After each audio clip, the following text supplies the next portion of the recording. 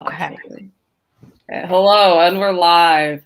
Thank you to everybody who's joining. I see a few people in the comments already. Thank you to Jen Brown for agreeing to this interview. And I also want to give a quick shout out to LP Kindred, who's a short story artist and author, who I met through Twitter, who basically gave me the idea to start interviewing people who wrote short stories, because I hadn't really noticed the thing that people might be interested in, because for people who don't know, people who sell like novellas or novels will get like regular payments, like depending on how much it sells. But for short story authors, you kind of just sell the story and you get that one payment up front, and you get more money if you sell the story in different places. But basically, there isn't really more money the more copies of the magazine is sold. So I wasn't sure if there was really an incentive for short story authors to do interviews, but LP Kindred was like, no, there's plenty of incentives. So that's why I started reaching out to people. So thank you to LP Kindred for that. And again, thank you to Jen Brown for joining. I was going to start off by reading from your website bio, and then we can kind of, talk about it and talk about your work from there. So Jen Brown is a Black queer speculative fiction writer and undergraduate learning and research librarian. Critical pedagogies guide her librarianship and her work as a community manager for We Hear, which includes stewarding wonderful projects like We Reads. She also coordinates the Hugo-nominated FIYAHCON's office hours program. Her fiction centers bi/pan Black women righteously wielding power, and was previously nominated for an Ignyte Award. She has stories published in FIYAH Literary Magazine, tor.com/breathefiyah, Baffling Magazine, and Anathema, Spec from the Margins. Her fiction centers bi/pan Black women. Oh, I accidentally reread that. Okay. Sorry. All good. No, it's all good. So great, I had to say it twice. Yes. I wanted to get into the bio first. I kind of mentioned it to you behind the scenes, but for people who haven't been watching, and Jerry Onyx Page's wonderful Written with Purpose interview series, which if you haven't, change that quickly. She recently interviewed Ebony J. Dunbar about her bio. Ebony had mentioned something a little similar in terms of being like a Black queer writer who writes Black queer stories. And there was a story behind her bio, and I hadn't thought of that until I saw that interview. And so I was curious, why you chose to include that information in your bio, and, how you came to writing stories about bi-pan Black women righteously wielding power. Yes. Well, first, just thank you for having me. And shout out to LP Kindred. I'm so appreciative that he got you setting this up. This is just so dope. And I appreciate this question because I saw that interview with Ebony, and it was just fantastic from start to finish. And, for me, I think a lot of it comes from a place of, there's parts of it that are personal, right? There's parts of it that are like, well, this is my lived experience, as a Black woman. And I was not always publicly out, and came out at in my early 20s in a series of stepping in and then back out and then in and back out of just feeling afraid of living in my true self, my identity. Now that I have been out for years, there's just this, I feel like it's something that I have to claim. And it's a part of who I am. And I can't imagine putting work out in the world without saying this is where it comes from. And because it is at such the core of the stories I write, it needs to be clear. I'm kind of borrowing a little bit of what Ebony had said in that same interview of just this is what to expect. When you pick up a story from me, you're going to see queer people in it. You're going to see them at the front and at the center. And you're especially going to see queer Black people interacting with each other and having meaningful experiences and finding joy and finding love and getting to live full, both in the hurt and the fear, but also in the joy and the triumph of everything that we go through. So it just felt natural. And I don't imagine it's ever going to leave my bio. And I don't imagine I'm ever going to really not write queer folks, and especially bi and pan characters. And a lot of that just comes from I write what I want to read. And I want there to be a bevy of queer stories in the world. So I just feel lucky that I get to be a small part of just adding stories to that canon. You know, just we're in a golden place, it feels like, where we have so much queer fiction to enjoy, especially queer speculative fiction. So I'm just like, yes, let's grow the table. And I'm here to celebrate other queer writers doing that work. And I'm glad to be a part of it. So yeah, I think that's how it's in my bio and kind of what it means to me.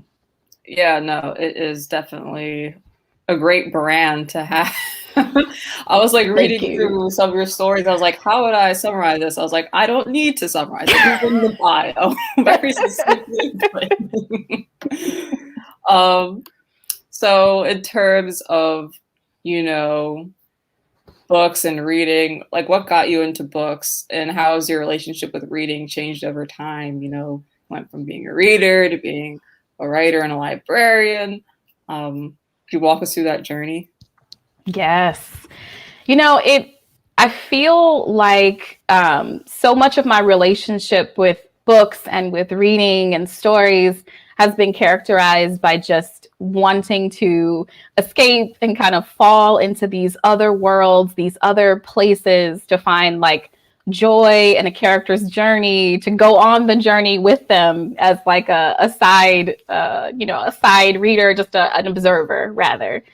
And so I feel a little bit like that was just a part of my journey consistently. You know, I feel very blessed and privileged not to have lost that joy. I feel like when I pick up a book, I'm looking to escape. And that's part of why I love science fiction and fantasy, is this being able to focus on other worlds and places and just worlds I can't be in, but I can dream up and imagine, both in response to this world, right? Because so much of it is not just stuff happening off somewhere without meaning, but rather responses to what we're living through and going through, but also responses to what things could be.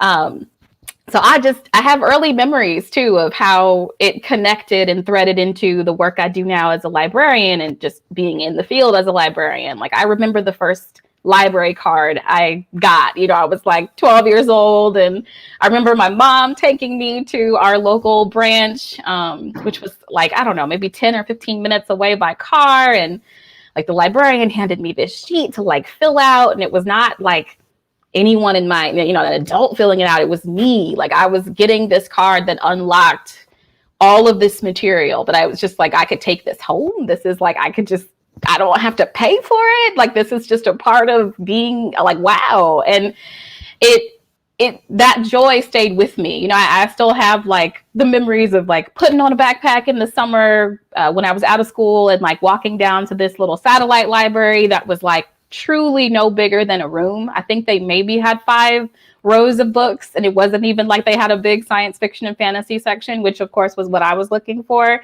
But I would trundle down the hill like 20 minutes and go pick up a hold, and then trundle back up the hill with my books. Couldn't wait to crack them open. So I think the joy of reading was just naturally connected to the joy of libraries. Mm-hmm. And as a librarian now, I know it's not all roses. The way I did as a kid, there's a lot of problems and a lot of inequity within library systems.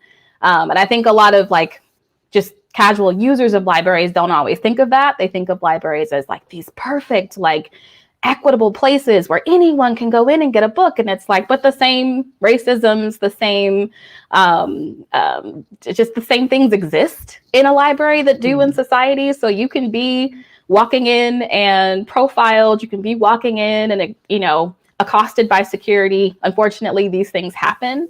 So that's being able to be aware of that as a librarian now feels like a privilege to be able to also talk about, because in these situations, there's just so much library love that it's like, let's not forget the challenges with it too. Mm-hmm. But I'm still happy to be in the field and connecting my writing and my fiction love to also being able to help talk about what libraries are like and how we make them stronger, so that not only the users have a good experience, but also the people working in them, because it's a lot of Black and Brown staff members who are the ones that shelve those books and who are the ones that grab your holds. And so what does the work look like behind the curtains too? but yes, reading is for joy and pleasure. And it's always been that way for me. And the library was connected to that. Mm-hmm. And as a librarian now, you know, I work at an academic school, so I don't do a lot of fiction selection, sadly. But it helps me as a researcher. So when I'm building a world, like if I'm building, you know, a secondary world with dragons and systems of, you know, floating uplands and a whole sprawling underland below, like I am researching, I feel able to research, like, what are the systems of education, commerce, you know, how do people relate to each other in an environment like this? I think all writers research, but I think being a librarian has helped me figure out how to research some things a little quicker with little search tips and things like that. So, yeah. Yeah, the research process is always interesting to hear about. Yeah, I'm just thinking of an interview I did with Nicole Glover, who does more like historical fantasy. There's just like so many things I think as a reader I take for granted that, like, oh, it's clearly so easy to find this info that you need. And like sometimes it just really isn't. Sometimes it's not as intuitive as it looks from the outside. Totally. So we kind of, for people who haven't read While Dragons Claim the Sky, some of these things we touched on will become relevant a little bit later in the interview, but I wanted to talk about To Rise Blown Open, your superhero short story, which was published in Anathema. I was curious, what got you into superhero stories, and who's your favorite superhero? I love this question because it's when I think about it, it's kind of funny. Like I feel lukewarm on a lot of superhero stories. That's interesting. It's wild because of course I wrote that story, so of course I like it, but I guess I like it in very specific situations. Like it depends on how the story unfolds. And see, I didn't have like while I was in the library all the time, I feel like I never wandered to the comics or graphic novel section. I never went to a comic shop. I didn't get the experience of reading Marvel and DC comics, where I think if I had, I might have felt differently. Because when you get a whole comic arc that you can explore with a hero, where it's like, yeah, you know, some side characters show up, but it is about that hero's specific journey dealing with things. Since I didn't get that, a lot of my exposure to kind of superheroes were through things like cartoons. Like I loved Powerpuff Girls growing up. And I actually think that was like a pretty good show for, you know, a kid's show. Or just like the Marvel Cinematic Universe when I was like in my preteen age. Like I think the first Spider-Man, or not the first one, but the Tobey Maguire one. I can't remember if there was one before that, but that was the first movie, I think. Okay. And see, that was out when I was, you know, maybe 12 or 13 or something. So that was my experience leading into what superheroes are like. And I actually really like the Tobey Maguire Spider-Mans, and I like the new ones that they're doing, but the ones that we get a lot of the time now, especially recently, where there's like crossovers and like the Avengers or like Justice League, there isn't enough exploration of those individual heroes for me to get invested in the story. Like, yes, the boom booms and the pew pews are like really, they're really fun. You know, I love seeing like a wormhole in the sky coming through with aliens and, you know, Avengers having to like come together, or like the epic final battle in Endgame, of course. But I feel like I lose so much of that, the personal connection to that hero. Now, I did read comics when I was in grad school. There was a shop that was near my campus, and I actually got a chance to like learn that, like I got to go around the store. I started reading things. Like I read all of the, actually I read the Black Widow. There was like a run a few years ago that was so good. Like I didn't think I was a Black Widow fan, but like like the actual comic was fantastic. Storm, I was reading, Silk. So once I started reading comics, I was like, okay, I just needed to read about individual heroes. And then maybe when they come together, I would have had that context for like, oh, I've read them in their own journeys in the comics, but now they're on the big screen together. But I kind of missed that window. So my favorites, you know, really, I think I go back to some of the ones I grew up with, like the, Spider-Mans and things like that. But I also think we've gotten some really good hero content as of late, like even outside of the, MCU, like mashups movies, like of course, Black Panther, of course. I really liked the recent, the last Thor movie. Valkyrie is a favorite, even though I know that like she's different in the comics, but I love the film version of her. X-Men is like some of the early X-Men's, like I didn't watch like First Class or anything after that, like the Hugh Jackman X-Men movies. Fantastic, especially because that was dealing with like systems of oppression and allegories to, going through society as other and being, Magneto was a fantastic villain. There are some good ones, but it's funny. I'm very particular. Like I like certain things when it's deep enough for me to get invested in that hero's journey and not just like, ooh, we're battling and, we don't have any kind of anything personal that seems to matter. It's just fate of the world, but nothing of that internal thing. And also like, some of the like Netflix Marvel ones did good. Like Luke Cage was fantastic. Daredevil was fantastic, but they were giving me those deeper personal things intertwined with like a larger baddie or villain that the person had to deal with. Got it. Have you seen the old Batman cartoons? Like they would have been out around the time you were like a teenager or like maybe a little earlier. No, I didn't. It was like, I think the origin of Harley Quinn. Like I forget what it's actually called, but it was like the old, like very noir, like this guy's always red. Yes. Like that one. See, yeah, I feel like there's just so many little, I missed some things, definitely.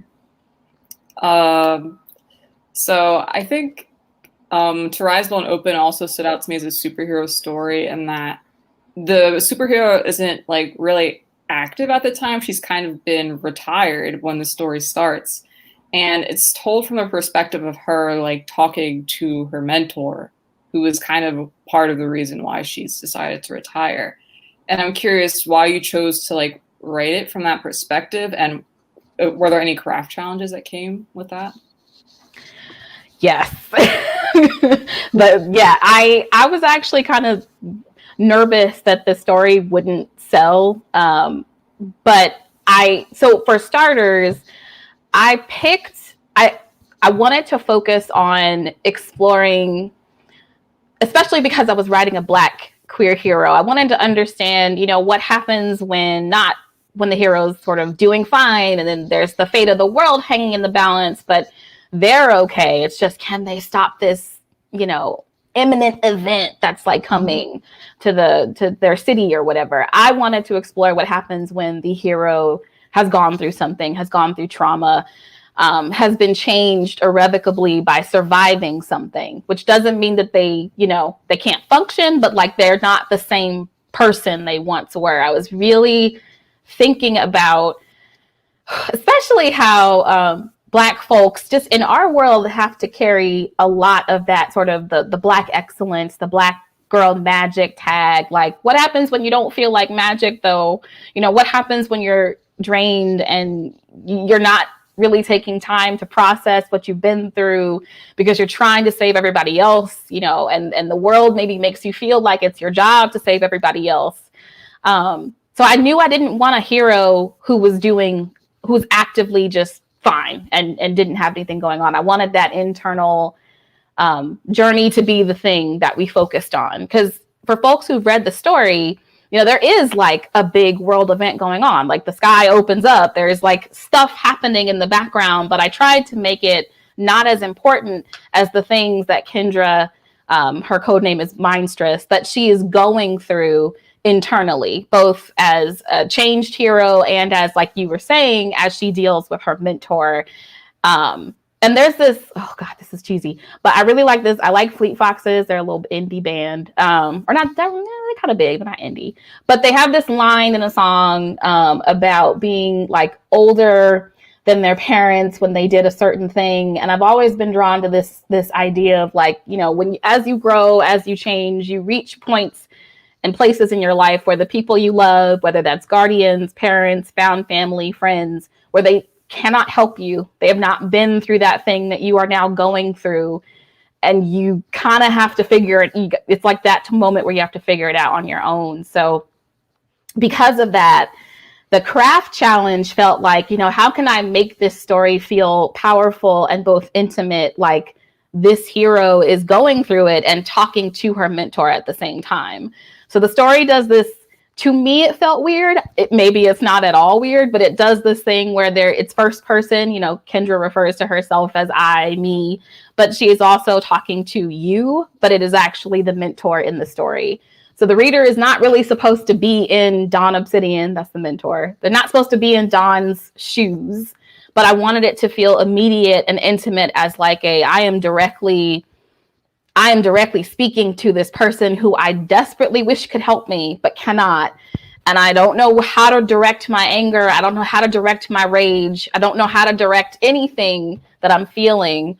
But I'm going to use this space to figure it out and to sort of work through it. So I was not sure. That's why I wasn't sure the story would sell. I was worried, editors would be like, pick a point of view. Like you can't have both. But the editors of Anathema were amazing. They were so supportive with the piece, and I'm so glad it found a home there. I'm curious also if there were like any craft challenges in that like there wasn't like a whole lot of like things to reference. Like, it's like a visual format, like you're probably used to like the movies or like the cartoons, and like there are some like book references. Like I think it was like Zoom's Academy or something. I forget what it was. I know there's a book for kids. There's a light novel series that I really love that I would recommend to everyone watching. If you haven't heard me talk about already, Magnafique Noir by Brianna Lawrence. It's on Kindle Unlimited. Black queer superhero girls. It's an homage to the Magical Girl anime. But like it's not super duper common. And I was curious, if that presented challenges in terms of like pitching it or in terms of just like conceptualizing in your head, like, oh, this is all in my head, but like I can't write down every single thing I'm visualizing for like this short story. Yes, I appreciate that question because you're totally right. It's like, this wasn't going to be a comic. There was not going to be, artists rendering drawings of either like, what they were wearing or how their team functioned. And, so it was challenging. And I feel like I tried to lean on some things that felt kind of familiar with just a different name, like the International Union of Heroes might feel kind of like the Avengers, or, characters who there's a really short line where Kendra talks about the mask that they tried to make her wear in the beginning. It was like a butterfly mask. It was really frilly, but that was not her thing. I tried to put in things that felt like you could imagine them happening to other heroes in other stories you've read. Like, oh yeah, heroes sometimes get interviewed by the media after they do like a saving thing, and maybe they'd be forced to wear like a weird costume that they wouldn't want to wear. But it was challenging, and so I leaned a lot on just that close third person point of view, and hopefully the drive that Kendra had to just get back to normal. Like, even if you couldn't quite visualize what normal was or what the International Union of Heroes does every single day, I wanted it to just be that the pressing want is like, I need it back. I need to be who I was before. And I did my best to seed in details where possible. Which was, I think it was actually harder with the villain. Like with Dr. Calamity, that was really challenging because comic villains span so many types of, formats. Like there's the super like Joker, like I'm just chaos for the sake of chaos. But then there's ones that get really personal. Like I always think of the Fisk villain in the Daredevil show where there was just this really strong tie to the heroes. So that was the part I was more afraid of, was like, oh, I don't want Dr. Calamity to feel like a cackling villain off in the background. How do I give a villain characterization when she has so little time on the page? And I need to kind of make that work, especially like you don't know what she really looks like or like what her costume is or like why is she. I was really worried about that. I hope I pulled it off. I think I did okay with it, but yeah, it was hard. Yeah, I mean, I mean, that goes right into my next question perfectly, because I was going to ask you about the relationship with the villain, because this is a situation where the hero and the villains, sorry, I should say the heroes and the villain have like a very long, like intertwined history, and it's like very central to the story. And I was curious what inspired you to write that relationship. Yes, I so I I have just a soft spot in my heart for Black villains, especially. Like I feel very strongly that like we deserve to both be the heroes of stories, but also we deserve to be like, I don't know, on the opposite spectrum. Like I think about, this is not superheroes, but I really love Fringilla in The Witcher. She doesn't get that much screen time, but like I could write entire like tomes of why I love her and how I think she has so much potential to be the best villain ever. Oh, wait. I only watched like one episode of The Witcher. I think she's in the one episode that I watched. Oh my God. I'm sorry. I'm sorry. Spoilers. I'm so sorry. No. That's fine. Yes, that show has its issues with Black characters, especially, but she is like, oh God, I love her. So I knew for this story that I wanted the villain not to just be a cardboard cutout, or even to have like a really superficial reason for doing this. Because as I was writing, I was like, she literally uploaded genetic malware to this woman. Why would you gotta really have feelings to like go that deep where you try to, destroy this person from the inside out, quite literally. So it felt natural that, Dr. Calamity / Chantel needed to be someone who had a strong connection, not only to Kendra, but to Dawn Obsidian, who is that, she is seen as this kind of untarnished, unblemished hero. She's survived it all, been through it all. And so I needed them to have something that spanned generations. I was trying to do a little bit of like, what does rage and grief and change look like as we also move through generations? Like, how does that all tangle up? So I remember where I was like in my apartment struggling with this story because it took me a year to write this. Actually over a year. It was a long process for this one, trying to get it right. But I remember where I was when I figured out that they had a connection. It was the moment that toward the end of the story when like Kendra and Chantel are Kendra's watching the video that Chantel has left before she tries to attack her again. And it's this moment of like, oh, I had this literal image of them in the hospital and how their powers intertwine with a previous event that just no one could have stopped it. No one could have stopped what was going to happen. But Dr. Calamity took that personally and it stayed with her. So it felt like like the dam breaking open in that story. And I knew like, oh, they have this long spanning relationship and it has only recently grown tumultuous. And this is what is driving a lot of the hurt that they're all feeling. So I love Black villains and I want Black villains to have their moments and their reasons and not to just be kind of bad for the sake of being bad. There's always something deeper at the core of it. Yeah, you can do fun things with villains with having them being like cartoony. And I think we have some of that here with the names. I enjoyed the names. They felt really like comic book names like Mindstress and Dr. Calamity. Yes. But I think there's also something about like villains who are just like so like when they get personal and they're like, we're gonna like find the people you love, we're gonna find the things you care about, and we're gonna take that from you. We're gonna take it all away from you. Yes! Put it straight in my veins. I love that. And I also really like the generational stuff as well, where it's like there's this sort of like external threat that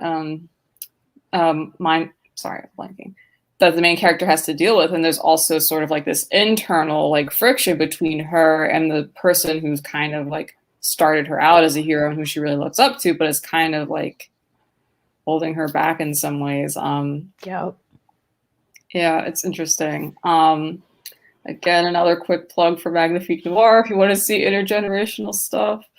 And also, like, I don't want to talk about too much about what Dr. Calamity's plan is. I don't know how big a spoiler it is, but I kind of want to leave it for people who read the series. But I really liked how sometimes, you know, people can get what they want, and it's not really what they really wanted. Yes. I'll just say that I felt bad for people I wasn't necessarily expecting to. And just thoroughly enjoyed it. I don't know if you've read, what is it? I think it's Heart of Brass by Alex Jennings. It was a short story. These stories for Chip. Add that to my list. I really like the story. It's like it's confusing, but there's superheroes, and it's like very punchy. And there's sort of something similar going on in terms of like the ending note and the villain's plan. So I'll just say that. Thank you. Yeah, but I think that was everything I had to say about this story, because we're getting really close to talking about the ending. But I know. Yeah. We probably shouldn't. We'll back up. Yeah. There was some talk in the comments. Someone said they also listen to Fox. Uh-oh. It's just me now all of a sudden. Wait a minute. Sorry, I'm back. Okay, there we go. No worries. I accidentally swiped the wrong direction and my computer said, get you out of here. But yeah, someone said they listened to Fox, and there was a comment that someone said they saw polyamorous domesticity in the first line of the short story, and they said from then on they knew they're definitely going to have to read it. And I was curious, you know, why you chose to include those relationships. It's a little bit in the background. It's not the focus of the story, but there's definitely a lot of, you know, the characters, husband, wife, girlfriend, boyfriend, like all these people who are like very much supporting them, and who also they're like worried about because they're also superheroes and they're going off to fight while they're still retired. Yes. I love this. I don't know who asked it, but thank you. And it was in Jerry Vonnett's pages. Yes. Thank you.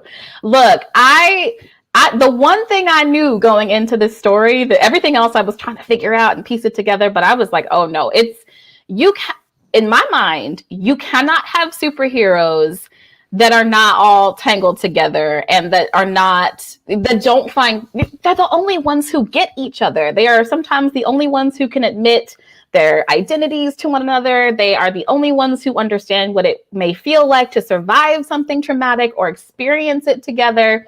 That doesn't mean that you can't fall in love with a civilian, but that's a trope I see so much in comics, where it's like, oh, the hero just wants to feel normal, so they're going to, you know, go find, you know, regular person, and it's just they'll be able to be not a hero. And I wanted to show that you can have a complex, meaningful relationship that is queer and supportive and built on foundations of love and trust, while also being superheroes together, because it just made sense to me. It just made sense. And as I wrote Kendra and her partners, Mr. Marvelous and Watrella, it all just, I knew that that they were each other's center. And so there's a moment in the story too where something goes really wrong while she's trying to practice, and there's this beautiful moment to me where she comes back to that center and finds comfort. And that's like where her heart is, and all of them would feel that way about each other.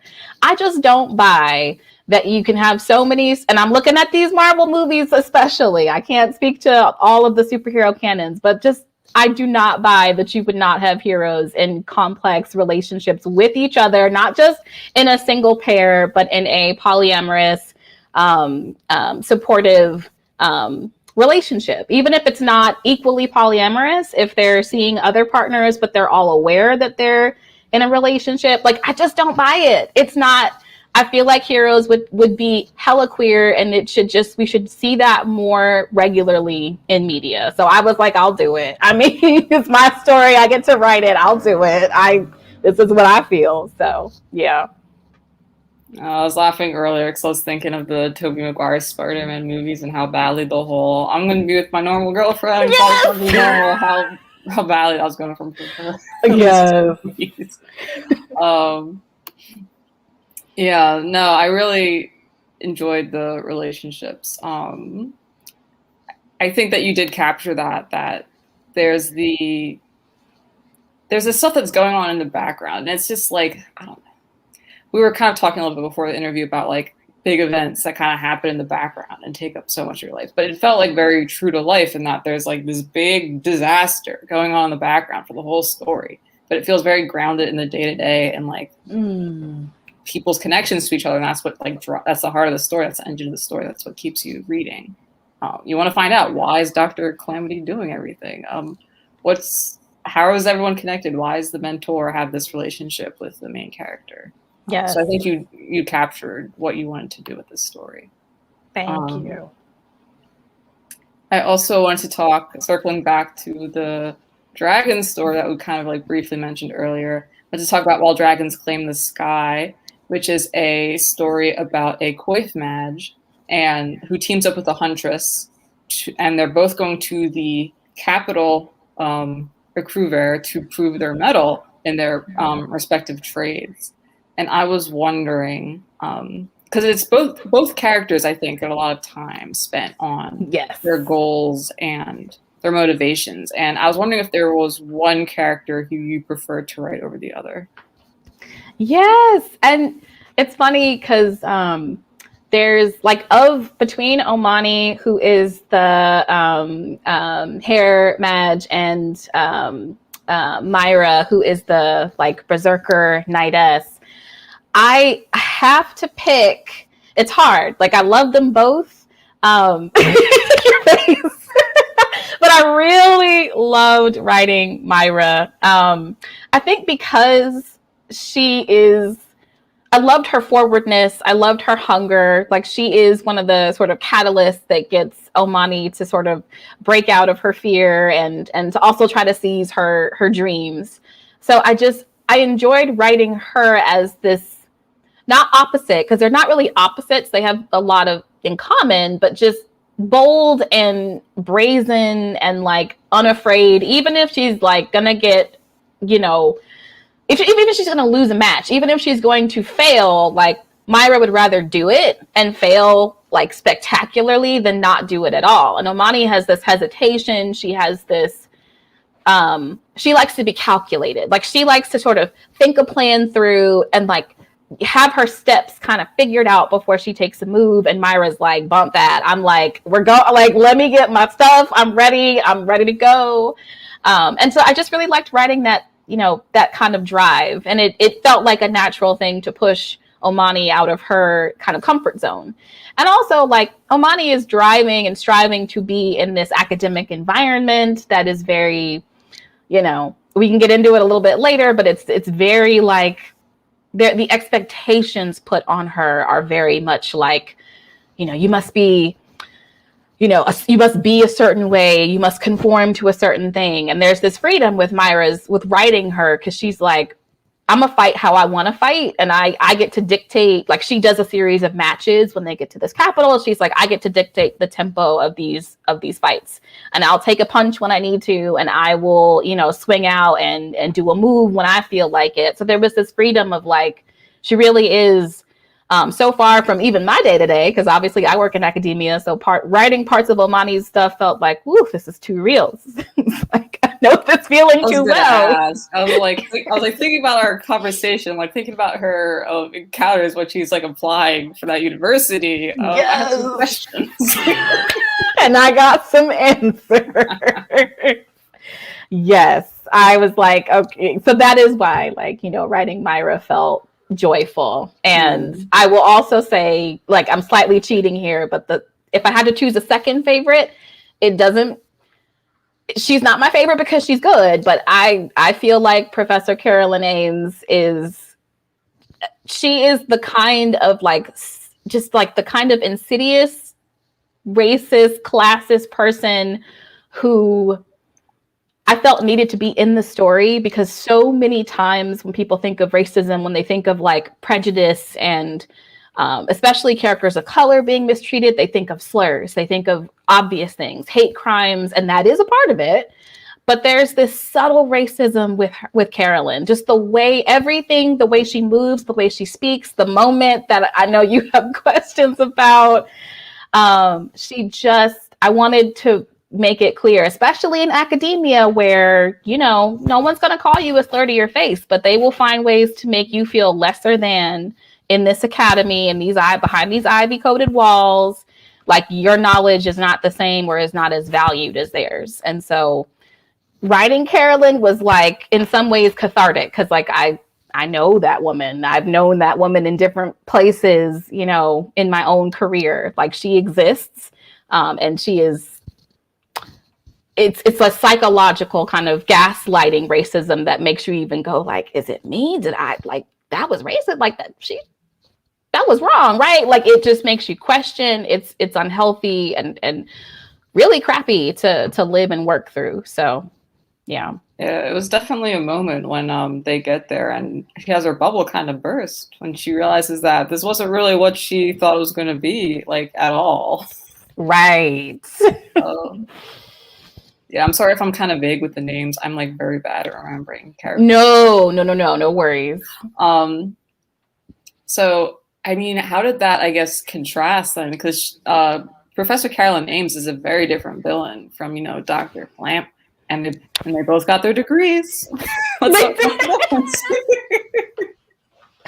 Yes, it was a contrast, and I really wanted to say something about just the way that knowledge it's good, but it can also be harmful when we say there's only one way to learn or know a thing. And that is really what Carolyn kind of represents. Like Calamity is doing this very personal, like mission. She has her reasons, but Carolyn is like, there is a system and this is the way it works. And I am a part of upholding that system. And I don't even have that much actual capital or power in the real world, but I matter in this system and that's all that matters to me. And I can take these vulnerable students and convince them that this is the way our magic should be and should work. So she takes a lot of pride in upholding this, almost like, I guess, like a, just a, not quite nationalism, but when you believe in, your surroundings, the leadership and kind of language in your surroundings where you're like, I'm not going to critique my workplace. I just agree that like,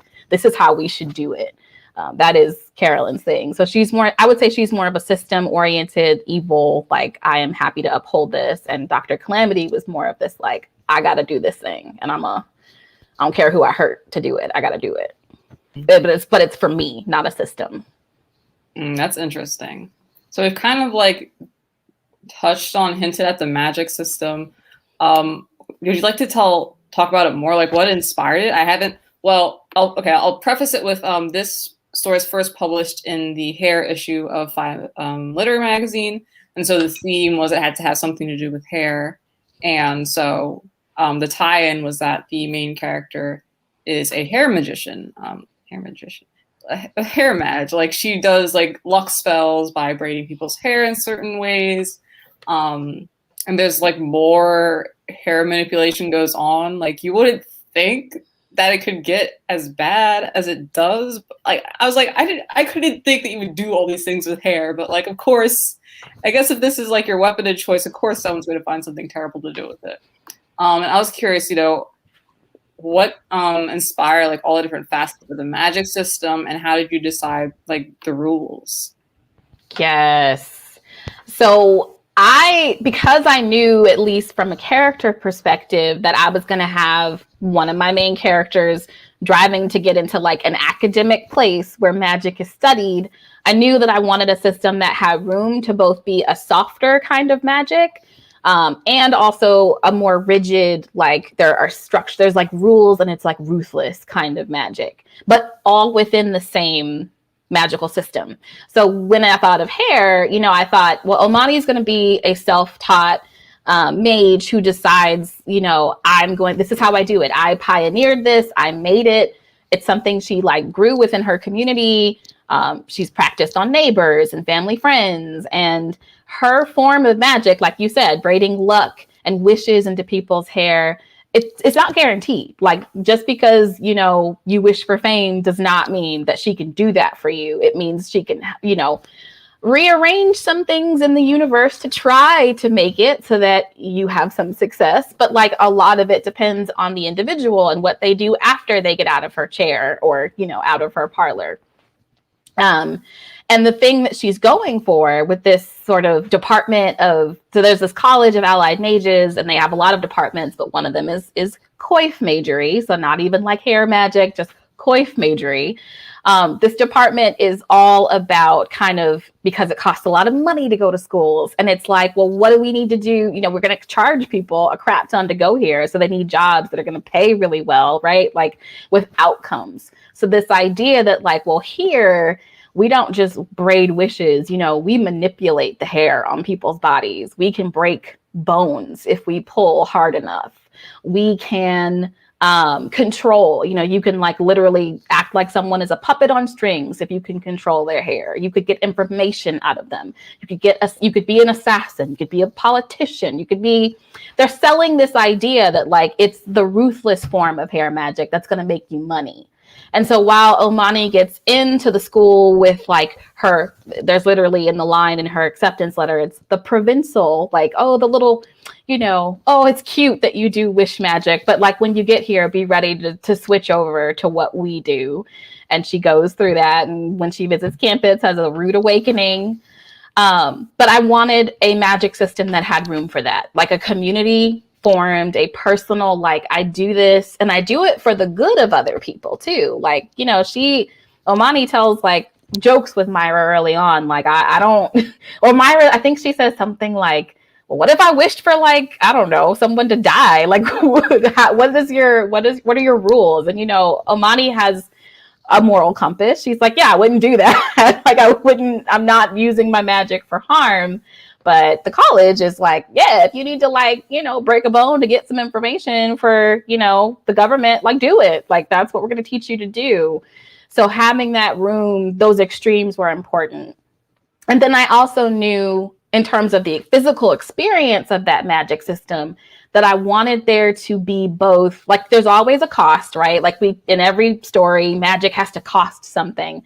But I didn't want it to be something that was like massive, like, oh, if you use it, it's this super negative thing that's like permadeath, or, oh, it's going to slowly drive you, you know, it's going to like mess up your mind. I don't really like magic systems that like, well, that works for certain stories, I guess. But for this one, I wanted it to be something you would use, but that would change you. So there's this, I decided that magic would be something visible. Like, you do hair, strands of hair, could tie into this idea of when you do magic, they're able to close their eyes, open them, and see these webs, these lines of magical energy called the sight, which they can influence and interact with. And so working in that, they're almost like in that other dimension while they're working, because it's like it's around them now. So if they stay too long, those threads start to attach. They start to like dig into your skin. They start to attach to you. And Omani has to like clip them off before she gets, you know, closes her sight. And it's like a small cost in the sense that the characters have scabs from where they've been punctured, but it doesn't harm them or destroy them. It's just natural. It's like, well, if you were walking through a thorny forest, you'd probably get scraped. I wanted it to be something like that, where there is a cost. You can't stay too long or you would become rooted to this realm. But there is also kind of like a way of navigating it. If you're walking through a thorny forest, you might have a tool to kind of move some things out of the way so you could get through it. And in the same way, these mages have learned how to, you know, deal with it. And there's also just, you take away all they can do is see. So in order to communicate, they cannot hear. They lose other sort of sensual or sensory abilities. So they use sign language to communicate. I knew as well that I wanted to validate different ways of speaking, like having multiple languages be a part of this culture and not having one be lesser than the other. So it was fun to have a system that got to honor like using hands and gestures to speak, because of course we do that in our real world too, and that's perfectly valid and wonderful. So having a system do that was cool. There's also a system of like dragon stewards almost in this land. There are like it's called like the realm dragons. Do you mind like explaining that and like talking about like who's your favorite dragon? Like why did you choose this sort of stewardship system? Yes. I love a dragon. I love just a mythical creature, and fantasy. Is there anything more emblematic than dragons within the genre? So I knew I wanted intelligent dragons to be intelligent. I knew I wanted them to be creatures that were capable of like having contracts. Like they were contracted. They had these old oaths with Ecrover, the floating empire, to protect the underlands. Part of that protection is the underlands that's where they farm. You can't farm up in the sky. They have land up there, but the air is different, the air pressure, all of that. So I assumed that crops wouldn't grow very well. And of course, when we talk about different classes, like the dragons were classed as like, yeah, you can fly, but we want you to stay low. Protect the people who like make our food, who make our cloth for clothing, the people who do this kind of labor. You are also a laborer contracted with us. And so when we start the story, the dragons have been like, bump that. We're leaving. We don't. There's been all sorts of problems with the Empress because they're still dragons. There's still fear of them. And so these contractual agreements were always kind of shaky. But now, in that story, I wanted there to be sort of a system of dragons being a part of Omani's world. Like she sees them fly over all the time, and they specifically fly low. They knock stuff off. Like coffee and cotton cherries off the plants so that the sharecroppers who have to pick them up can just scoop them. They don't have to necessarily pick it in the same way. I wanted dragons to have an intelligence and a moral compass, but also, again, having something going on in the background. I wanted there to be a reason they were leaving. And that kind of comes in toward the end of the piece where there's a little bit of a surprise twist in the competition that Myra is a part of. So I like intelligent dragons, and I love them as a concept. And like, it's hard to think of a favorite dragon. I don't know why, but I guess every time I see something with dragons, it's like they're like smart dogs or something. Like, I don't know, like the Game of Thrones approach was like, I don't know, just Dany's little puppy baby pet things. And so I feel like so much of what I've seen is that, and I don't love that. So I don't know if I have a favorite dragon. How about Dragon Tales? I never saw that. Oh, okay. I got shame. No, I need to. When I was thinking about this question, I was like, I need to find something because I know there's something out there. Mm-hmm. No, that was just my introduction as a kid to dragons. And I mean, the kids are pretty much like enrolled in like a dragon school. So it's more like their people situation. Oh, got you. Okay. That's kind of cool. Yeah. So I think I've asked everything I can ask about this story without going into spoiler territory. Yeah. So I kind of had some more general craft questions while we're here. So I'm really interested in like authors like relationships with their characters because they become like real people to you, and people have like characterized it in different ways. Like I've heard some authors describe it as like more like they're observing, like they're just kind of like on a park bench and they're just kind of watching what unfolds in front of them. I remember Ignyte Award talked about kind of like all her characters kind of want to show up and stuff, and sometimes she has to tell people no. It's kind of like shooing people away, maybe more like a bouncer. I was curious how you would describe your relationships with your characters. Yeah, I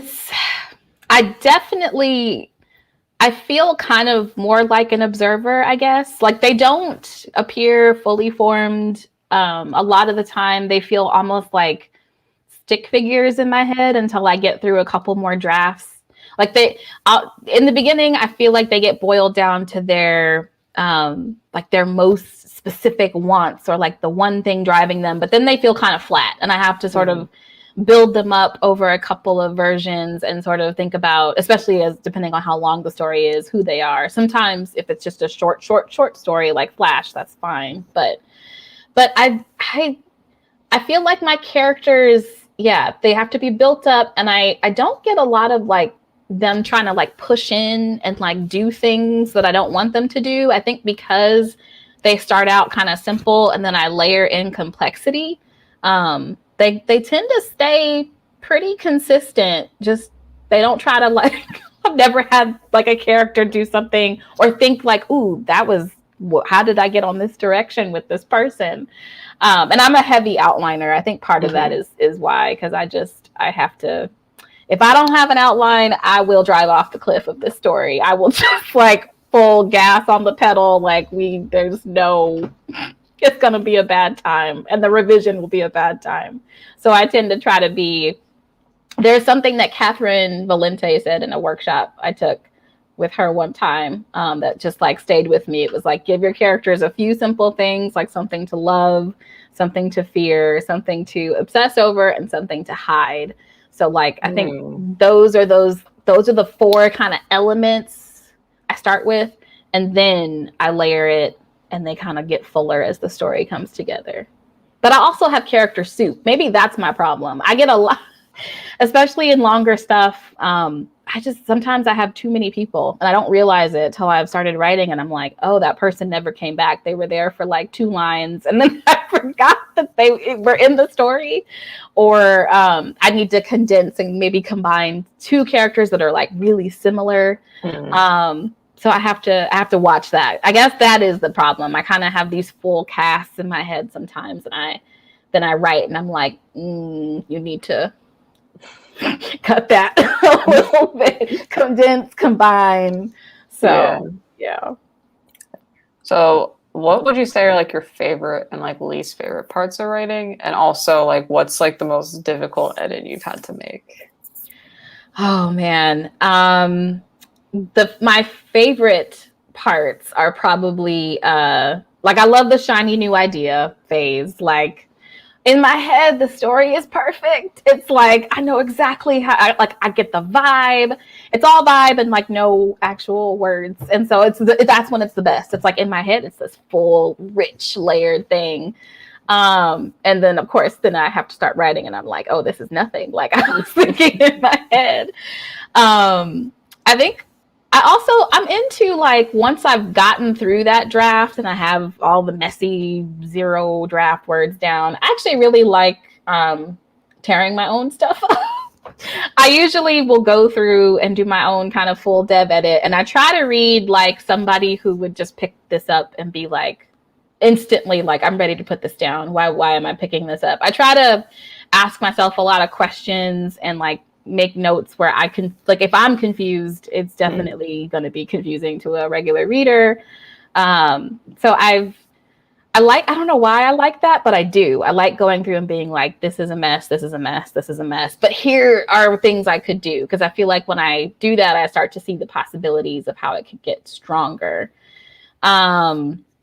And then, of course, I love when the thing is done. I think that's also my favorite part. There's a moment when I will finish a story, like finish the nth revision of the story. And when I read it back, if it makes me feel something, it doesn't have to be profound feelings. Like every story feels a little differently. But when I read something and I get emotional, like I know I think that piece is kind of near its final form. And that's just before I get it to, an editor or get it like on submission to be chosen for publication. There's more edits to do after that. But like, if it's got me in my feelings, then I know I've achieved a little something with that story. And everything I've written, that's my little internal barometer, is like, I read it back and I felt a little something. Could have been joy, could have been a little bit of mixed emotion. But it's got to make me feel. And then I think the least favorite parts of it are just the actual writing, which is sad because of course I'm a writer. I have to do, that's like the part I have to do.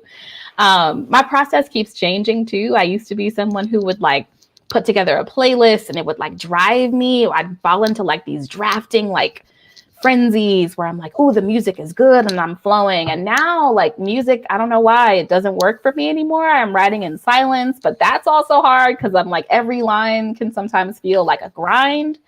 So the writing is sometimes my least favorite part. Not always, but sometimes.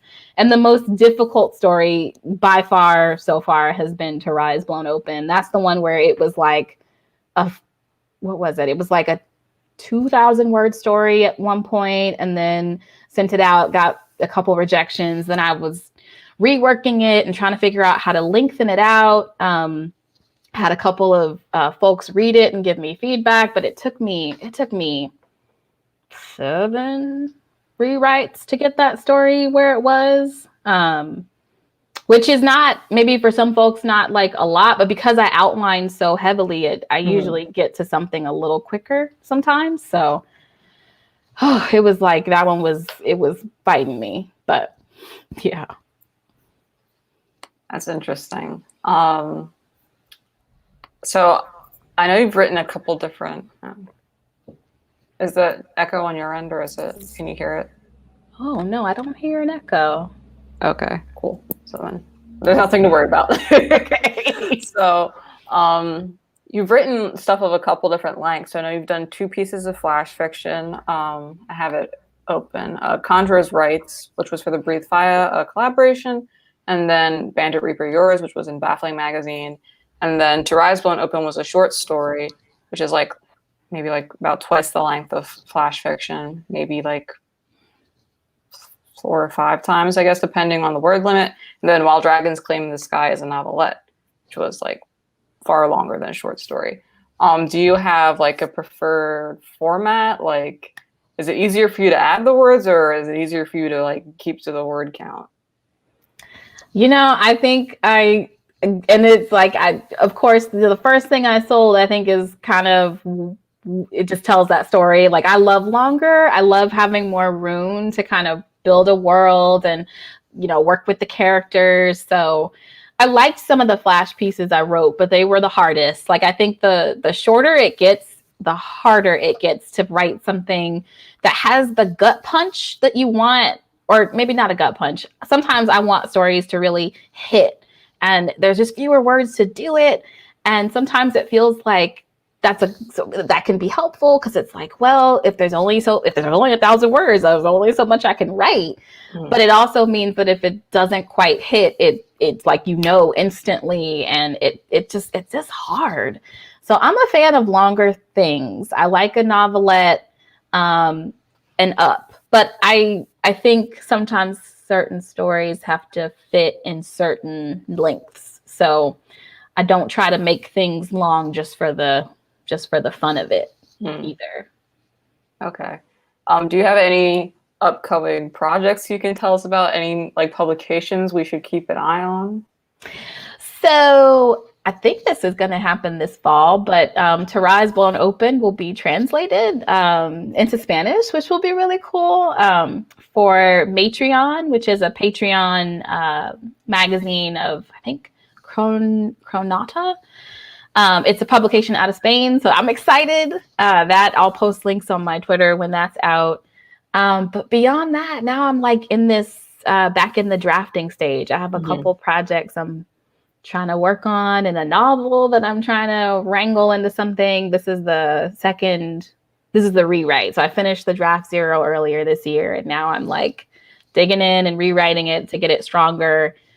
And I have a novella that is a hot mess. I don't know when it's going to see the light of day, but a lot of stuff, like a lot of pots on the stove that I'm trying to like jump between now. And so feels kind of quiet in a public way, but very, very like loaded in the like personal writer way. A lot of projects.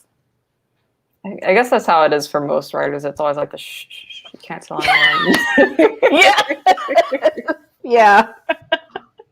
Totally. So I think that was all the questions I had. Was there anything else that we like touched on that you kind of want to talk about more, or? No, I think this hit the sweet spot, and I really appreciate you inviting me. Truly, like, this was a joy. Your channel is a delight, and I just appreciate all of the just the work that you do to elevate stories, especially Black writers. So just thank you for having me. Well, thank you for joining. There's a lot of I wasn't reading the comments out loud as they were appearing, but there's a lot of positivity and a lot of interest in your stories, a lot of praise for you as a writer. So I just wanted to pass that along. And I think I'd forgotten to say it when we were talking about the magic system while dragons claim the sky, but I did really like the sort of like provincial magic of like the wish. It just felt very homey, you know, like the idea of like making something with an intention and like passing that on to someone. It just felt familiar in some ways, and I really enjoyed it. So I just wanted to share that as well. So thank you so much for joining. Thank you to the viewers for tuning into this interview. I hope you have a good rest of your day, and goodbye. Thanks. Bye.